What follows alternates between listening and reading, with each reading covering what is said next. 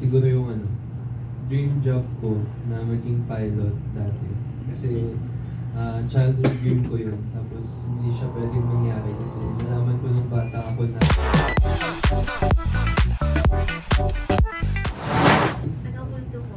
feeling ko yung from Dean's Lister to Dropout. Pero from Dropout to Cup of Joe. Kasi reaction talaga tayo.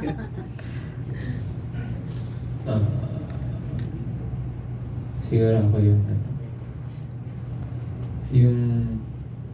yung tita ko na na namatay sa isang illness na isa siya sa rason kung bakit na-inspire yung pagsulat ng multo.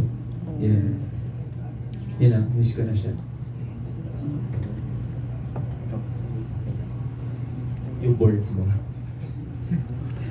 Ay, Board exam. hindi naman. Ah. Hindi pa naman. Hindi pa. Hindi ko pa siya multo. Pero siguro ngayon, walang specific talaga eh. Pero siguro sa ngayon, yung pahinga. Yung mga times na dapat nagpapahinga ako ganun pag wala kaming ginagawa. Pero hindi. Parang ngayon, hinahanap ko na siya. Yun. ako po, siguro yung dream job ko na maging pilot dati. Kasi childhood dream ko yun. Tapos hindi siya pwedeng mangyari kasi nalaman ko nung bata ako na colorblind ako. Kaya yun, hindi siya feasible. Tapos, humanap ako ng pang patch up doon na degree, which is yung ginawa ko nung college, yung nag-graduate ko din. Pero hindi ko na din binold kasi engineering course po siya. Tapos yun, buti na lang. I get to fly with these boys every day. Parang na-ano ko na rin na-achieve ko na rin yung childhood dream ko na flying. Yeah. Yun. May kasama ko po. Yeah, may mga kasama pa.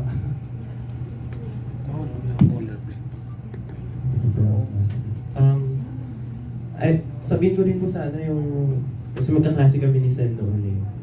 Parehas kaming ng buhay noon. So parang yun nga, Dean's Lister to Dropout.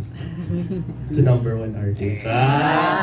Pero aside from that, siguro po yung mga yung iniwan kong buhay sa Baguio. Kasi ilang years din ako tumira dun eh, from 2017 to 2023.